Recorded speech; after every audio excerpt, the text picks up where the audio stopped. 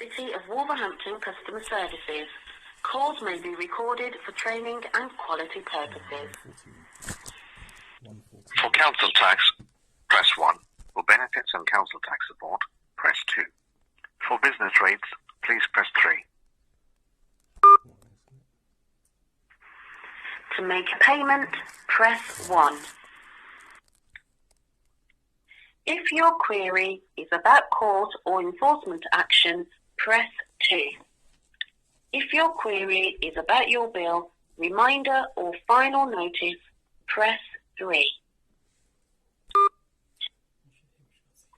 Please note your installment plan is on the back of your latest bill. You may be able to make changes to your current plan or spread your payments over a longer period online. For more information or to change your plan, go to wolverhampton.gov.uk/council-tax/set-payment-arrangement. If you are calling to set up a direct debit, it's quicker to do this online by searching Pay Your Council Tax on our corporate website. If you don't have access to do this online, you can attend one of our drop-in council tax surgeries, which are held at the Civic Centre every Wednesday between 10 a.m. and 1 p.m, or alternatively, please hold to speak to an advisor.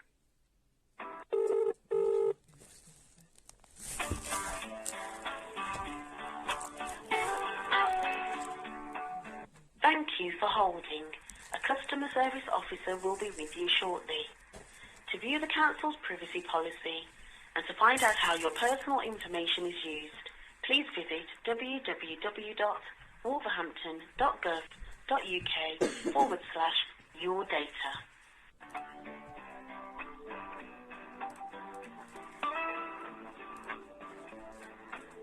Please visit www.wolverhampton.gov. Good afternoon, through to Council Tax Customer Service. How can I help you? What did you say your name was? Hello there. Hi, what did you say your name was? William. William. Right, this is Rachel Anamwar calling. I have the reference number. Oh, yes, please, yeah.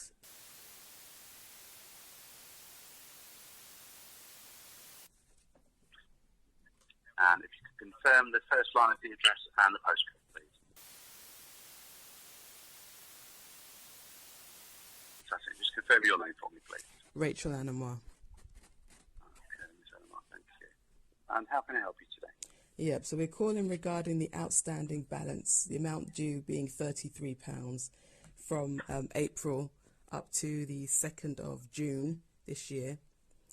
Yep. Yeah, if you could note down what the current situation is, because that's what we're calling to let you know. Is the call going to be recorded? Yes, it will be, yes. Great. If you could keep a record of it as well for future reference. Will do. So the situation is now that we have no money. That's been ongoing for some time. So it's not just the council tax that we are behind on. It's also the electricity and gas bill that we're behind on, as well as the water bill. The electricity and gas bill is for £750. Part of the reason why the bill is so high isn't just because the rates went up for fuel bills. It's also because the boiler that we have here is faulty. It's actually hazardous. It's no good. That's been an ongoing situation for over a year now, which the landlord knows.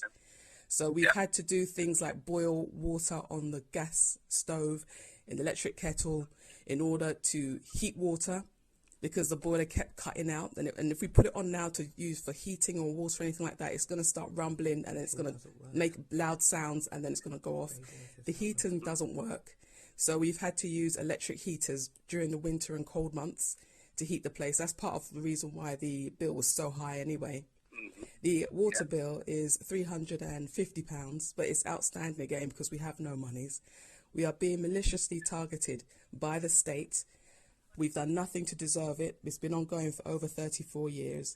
The Universal Credit, Job Centre, DWP, they've been maliciously sanctioning the universal credits for all three of us, Vivian, Ben and Rachel Anamwar, by over £10.60 per day. They've only been paying the amount for the rent, which we've continued to pay to landlord, despite all the long list of safety hazards in the house and the disrepair that is still continuing and that he already knew about before we moved in, and despite his harassment and mental abuse as well. As far as food, We've been surviving using supermarket shopping vouchers as and when we can get them, doing those online things to generate them. And we've also sold some of our possessions as well that we own online in order to generate some funds there too. We had a court case against the landlord regarding the disrepair, safety hazards, and also the fact that he stole the deposit for 3 whole years. For 3 whole years of our being here, he didn't even protect it. Despite all the evidence, the court have decided to go along with all the corruption that's been going on for all these years and haven't done anything to punish him. They're very biased against us and in favour of the landlord. At no point has he ever disputed the existence of a disrepair or how bad it is with the safety hazards. He even supplied evidence himself of the gutter hanging off the building. Even so, the judge is inventing an excuse for him, saying, well, nobody knows how bad anything is, and it might not be as bad as you're saying. There's a lot of things I could go in, despite the photographic evidence, there's a lot of things I could say about the misconduct of the judge and the court system in general, because of the way that there are several judges that were involved, and it went to several different courts as well. But the long and short of it is, we were relying on the compensation we were owed and due in order to be able to pay off all these outstanding monies, the council tax, the gas and electricity, water bill, and also to be able to take care of ourselves. At the moment, 2 of us have run down health. We're trying to recover from something that's like some kind of flu or something. It's run down because of all the stress that's being deliberately piled on all of us. The 3rd one of us is coming down with it, and all of this is being timed for us to deal with at the exact same time. Yet the situation is not supposed to be like this at all, because we've done nothing to deserve it. Everything is being set up and stacked against us on purpose. As far as the universal credit side of things and the malicious sanctioning of monies, we have done everything we can there to have the situation rectified and put right. We've repeatedly tried to get through to senior managers to take the matter in hand and rectify things. We've been blocked from getting through to anybody. We've put all the notes we can put down on the universal credit accounts, requesting senior managers. We've written all the letters we can write. We've even gone above the level of the job centre, written to like the ministers, the government ministers for the DWP.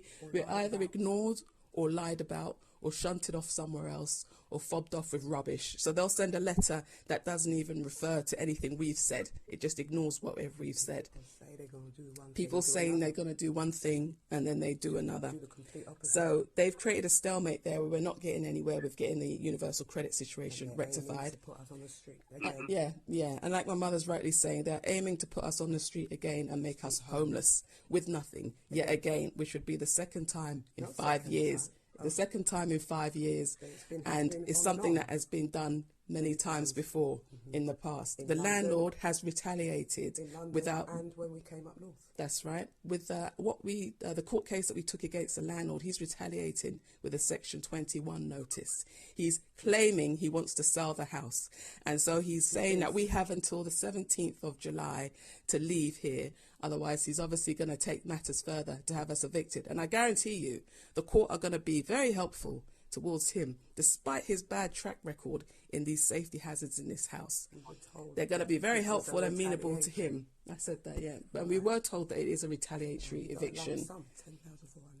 Yeah. Another thing to add as well is that when we first came to this house, we helped him to secure a whole year's rent advance and rent deposit. That was £10,400. The reason that came about was because the last time we were manipulated into being homeless on the street of nothing, that council that was responsible to help us, Derby Council, we were paying council tax to them the whole time we were living in Derby. Even when we ran out of money to feed ourselves, like idiots, we were paying them the council tax money, where we ended up needing help from the very same homelessness persons department that we had been paying towards. They left us on the street to suffer for 6 months. So that resulted in them saying, okay, eventually after 6 months of going through that hell, they then said they were willing to pay up to a year's rent advance and a deposit. So that's how we ended up in this place. This landlord pocketed all the money. As I said, he didn't even protect the deposit. For 3 years, he stole it until we took legal action against him. And the court knows all this information. They have all the emails, letters, photographic evidence, everything, but they were still biased in favour of the landlord and completely corrupt in how they dealt with the court case. The court case was literally just Monday, just gone. So we are targeted individuals. It's something that's called targeted individuals. We are a targeted family. And more information can be found at this blog. I can give you the address. It's yoziki.blogspot.com. That's YOZIKI.blogspot.com. And also yoziki.wordpress.com. Same spelling of yoziki.wordpress.com. It used to be you could actually just Google Vivian, Ben, Rachel, Anamar, and it would come up. Now some other things come up, but you can still Google it and scroll down and you'll see some other information there. Because it's not just on the blog. Other people who know about targeted individuals have also reposted our case summary and other information to do with this sort of thing. That's your voice. Okay. So so that is that in a nutshell, as long as it is, and that is very, very brief information on what the current situation is. Okay. Yeah, there's a whole lot more I could say, but that should be enough for now. I'm sure there is now, but thank you for sharing that. So, in terms of your council tax, what can I help you with today? I'm calling to let you know what the situation is. We have your letter here stating date of issue 1st June 2023, where it states that there's a £33 instalment monies that are overdue. Mm-hmm. It's also stating that in order to stop receiving court summons and saving up to £82.50 and legal action, to let you know what the situation is. We were going to get round to letting you know what the situation was anyway, because we've already done that with the water people and also gas and electricity, but we're calling to let you know what the situation is. We do not have the money to look after our own health right now, let alone to be paying all these overdue bills because of all the malicious targeting, and we're getting it from every angle.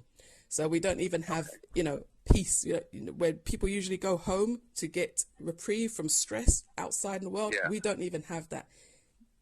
We're living in a place that is in a constant state of heightened state of stress constantly. We have nowhere to get any peace. By design. And it's done by design. Right, okay. So obviously the call has been recorded. I've made a few notes as well while you've been talking, so thank you for that. I've got, let's have a look. I'm just looking at the phone number that you've called us on. Am I okay to use that if we need to call you back? Is it? Ending. Oh, the 805 would be a better number. It's 805. Yeah, it's.